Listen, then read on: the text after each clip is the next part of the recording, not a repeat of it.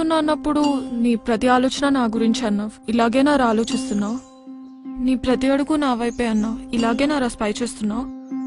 రాకేష్, నీకు ముందే చెప్పాను, నిన్ను ప్రేమించడం ముఖ్యం కానీ అది అందరికీ చూపించడం ఇష్టం కాదు అని. వేరెవరికైనా కష్టం వస్తే ఖర్చు ఇచ్చేసి వచ్చేస్తాను. అదే నీకేమైనా అయితే కనపడకుండా కన్నీళ్లు పెట్టుకుంటాను. వాడెవడో కాస్ట్లీ గిఫ్ట్స్ ఇచ్చాడని నువ్వు అంతకంటే కాస్ట్లీ గిఫ్ట్స్ ఇవ్వాలని నేను అనుకోవట్లేదు. కోట్లు సంపాదించి కాళ్ళలో తిప్పాలని నేను నిన్ను ప్రేమించలేదు.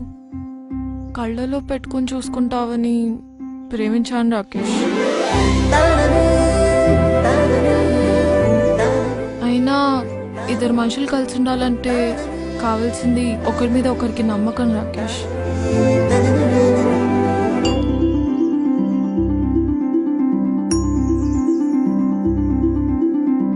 ఒక అబ్బాయికి బాగా తాగే అలవాటు ఉందని తెలిసి కూడా ఒక అమ్మాయి ఎందుకు ప్రేమిస్తుంది అంటే ఆ అబ్బాయితో అలవాటు మానిపించగలనన్న నమ్మకంతోనేగా.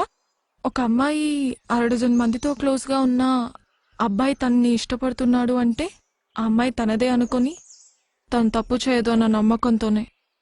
ఆ నమ్మకాన్ని ఒమ్ముపాలు చేయను నేను ఎప్పుడు. అందుకే నువ్వు ఏ అమ్మాయితో మాట్లాడినా నేను ఎప్పుడు క్వశ్చన్ చేయను, కోప్పడను.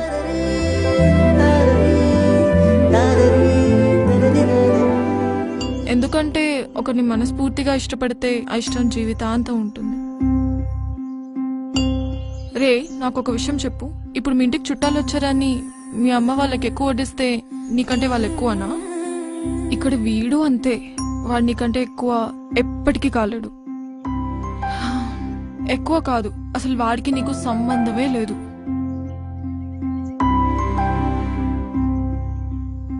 చూడ్రా, నువ్వు అడిగావని అలగను, ఆరాధిస్తున్నావని అరవను, ఆలోచిస్తాను. ఆవేశంలో అన్నావని అర్థం చేసుకుంటాను, ఆలోచించి రియలైజ్ అవుతావని ఆశిస్తాను.